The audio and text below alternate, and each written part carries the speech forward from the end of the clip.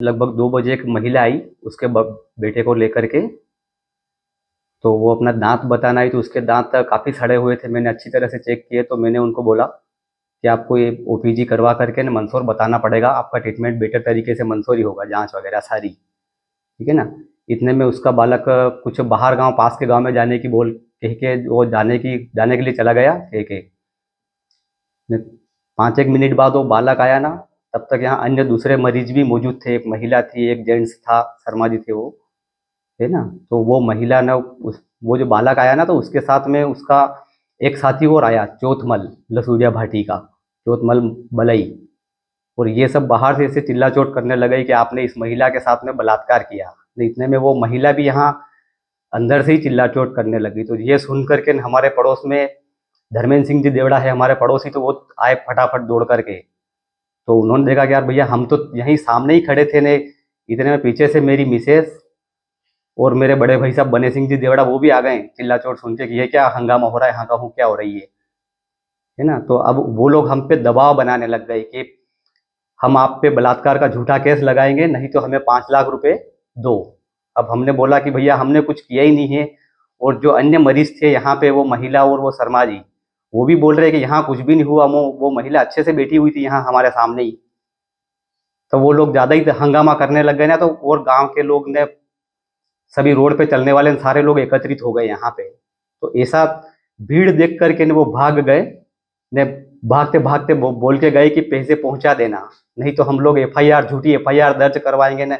महिलाओं के तो सिर्फ वो बलात्कार का केस ही काफी है कि गवाह सबूत कुछ नहीं चाहिए। तो ऐसे करके वो तीनों लोग भाग गए यहाँ से। फिर मेरे बड़े भाई साहब ने, बलवंत सिंह जी ने, वो धर्मेंद्र सिंह जी जो हमारे पड़ोसी दौड़ करके आए थे ना, हमने तुरंत थाने में इसकी एफआईआर दर्ज करवाई, शिकायत करी। जी हाँ। जी।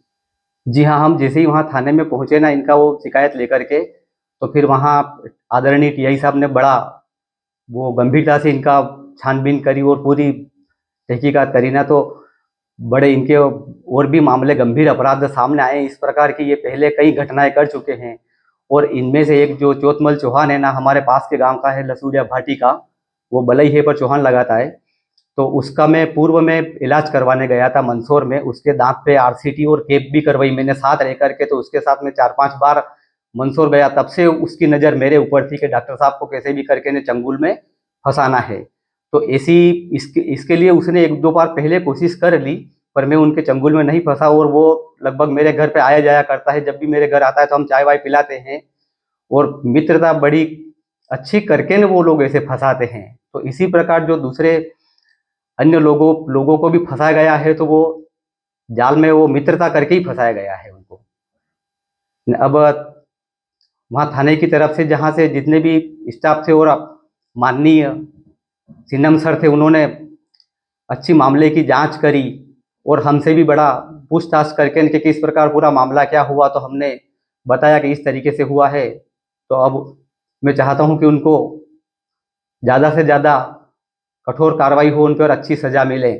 और जो अन्य लोगों के जो पिछले 50 60 लगभग 50 60 लाख रुपए का उन्होंने फ्रॉड किया था, उन लोगों को उनके पैसे वापस दिलाए जाए।